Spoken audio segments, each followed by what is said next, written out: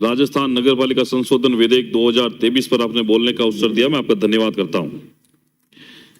माननीय सभापति महोदय, वैसे तो किसी भी नगरपालिका में चुने हुए नॉमिनेशन के टाइम पार्षद जो अपना एफिडेविट देता है उसमें सारी सूचनाएं आ जाती है और उसके बाद में अगर उसमें किसी प्रकार की लापरवाही होती है, गलत सूचनाएं अगर होती है तो उसके बाद में सरकार उसको हटाने के लिए प्रावधान लेकर आई है।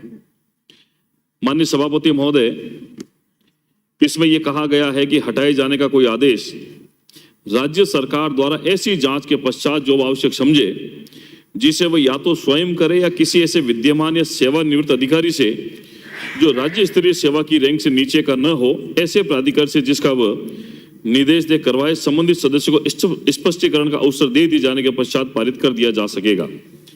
माननीय सभापति महोदय, किसी चुने हुए जनप्रतिनिधि को हटाने के लिए राज्य सरकार एक कमेटी का गठन करेगी, जिसमें वो एक राज्य सरकार के अधिकारी होंगे या रिटायर्ड अधिकारी होंगे, उसके मार्फत जांच करवाने के बाद में उसके ऊपर कार्रवाई होगी।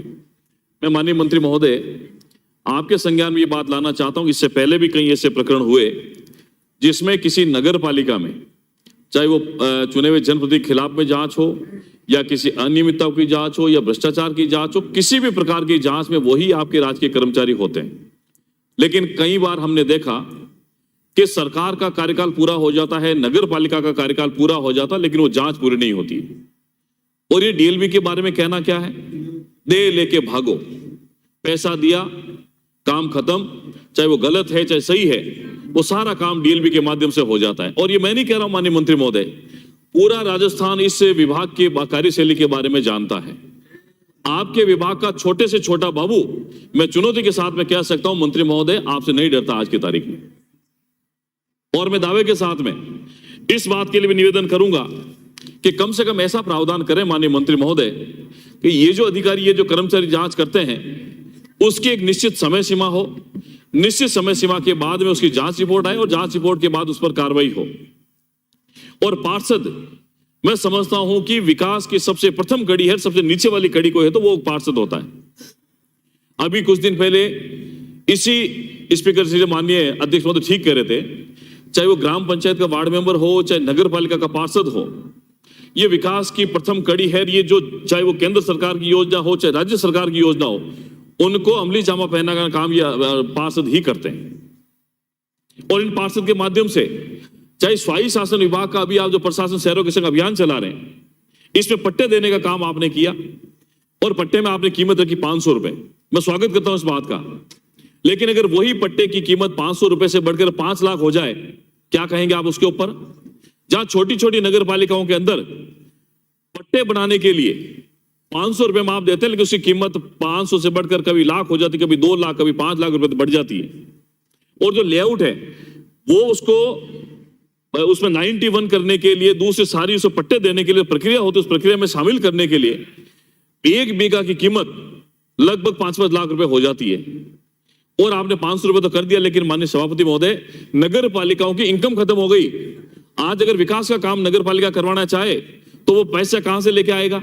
जिस नगर पालिका के पास में निजी इनकम नहीं होगी, वो अपना विकास का काम कैसे करवाएंगे?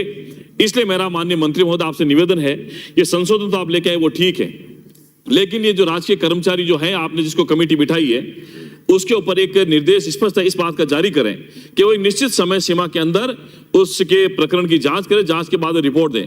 और होता क्या माननीय मंत्री महोदय कि कोई भी प्रकरण ऐसा आता है, आप विभाग से कार्रवाई कर देते, चाहे वो सही हो चाहे गलत हो, कार्रवाई हो जाती है। लेकिन जब कोर्ट के अंदर सामने वाला पक्ष जाता है, विभाग की कमजोर पैरवी के कारण अधिकांश मामलों में स्टे आ जाता है।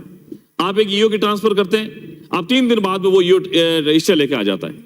लेकिन विभाग की किरकिरी कैसे होती है कि आपके जो कोर्ट के अंदर अपने जो अधिकारी हैं, जो अधिवक्तागण हैं, जो अपने विभाग की तरफ से हैं, वो पैरवी ठीक ढंग से नहीं कर पाते।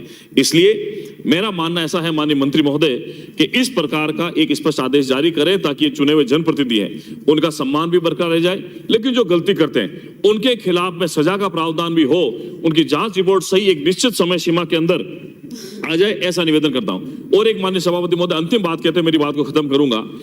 कोई भी सरकार हो चाहे कोई भी विभाग हो, योजनाएं बड़ी अच्छी लाता है और उन योजनाओं की क्रियान्विति का काम सरकार का होता है, विभाग का होता है। अभी जो कासनिया जी बता रहे थे कि सीवरेज का काम, मेरे विधानसभा क्षेत्र 46 करोड़ के सीवरेज का काम था। बहुत अच्छी योजना थी जहां लोगों को सीवरेज का लाभ मिलना था, लेकिन कमजोर इच्छा शक्ति के कारण, जूनियर इंजीनियरिंग की देखरेख के कारण जो काम हुआ था, मैं चुनौती देता हूं, मैं चैलेंज करता हूं और मैं आपसे हाथ जोड़ के निवेदन करूंगा माननीय मंत्री महोदय, मैंने पहले भी विधानसभा में सवाल लगाया था, उस पर कोई कार्रवाई नहीं। एक बार आप किसी उच्च स्तरीय टीम को यहां से भिजवा दें और जांच करवाएं, और जांच करने के बाद में पता लगा कि वाकई में जो 47 करोड़ का काम हुआ था वो गुणवत्तापूर्ण हुआ कि नहीं हुआ, डीपीआर के अनुसार हुआ कि नहीं हुआ। हमें लोगों को सुविधा देने का मतलब था, लेकिन वो सुविधा असुविधा में बदल गई। पानी की पाइपलाइन के ऊपर डाल दिया, वाकई में आज गटर का पानी उस पानी की पाइपलाइन मिक्स होता है, शहर के लोगों को उस पर पानी पीना पड़ता है। आज सीवरेज के कारण लोगों के, गरीब लोगों के घर में दरारें आ गई। आज मैंने आपके रेन बसेरा के अंदर लोगों को रखा है, लेकिन कितने दिन तक रहेंगे माननीय मंत्री महोदय? क्या उसके ऊपर कोई विभाग कार्रवाई कर सकता है? मैंने उच्च अधिकारियों को इस बारे में निवेदन किया, लेकिन कोई कार्रवाई अभी तक नहीं हुई है। इसलिए सीवरेज का काम, उसकी जांच करें, और बिना काम किए हुए अगर विभाग पैसा उठा लेता है या नगर पालिका के माध्यम से पैसे का भुगतान हो जाता, माननीय मंत्री महोदय, इससे बड़ी दुर्गति विभाग की ओर नहीं हो सकती है। इसलिए मेरा ये आपसे निवेदन है, कृपा करके विभाग ऐसी मतलब जिनके खिलाफ कोई शिकायत है, कोई प्रकरण है, ईमानदारी से जांच करवाएं। ये सारे आपके अधीन ही कर्मचारी रहते हैं, जिसको भी आप लिखते हैं कोई समय सीमा निर्धारित नहीं होती है, लगातार चलता चले कार्रवाई नहीं होती। इसलिए इससे जो अध्यादेश आप ये बिल जो लेकर आए संशोधन का, मैं इसको 6 माह के जनमत जानने के लिए परिचय करने तो निवेदन करता हूं। धन्यवाद। श्री बिहारी लाल।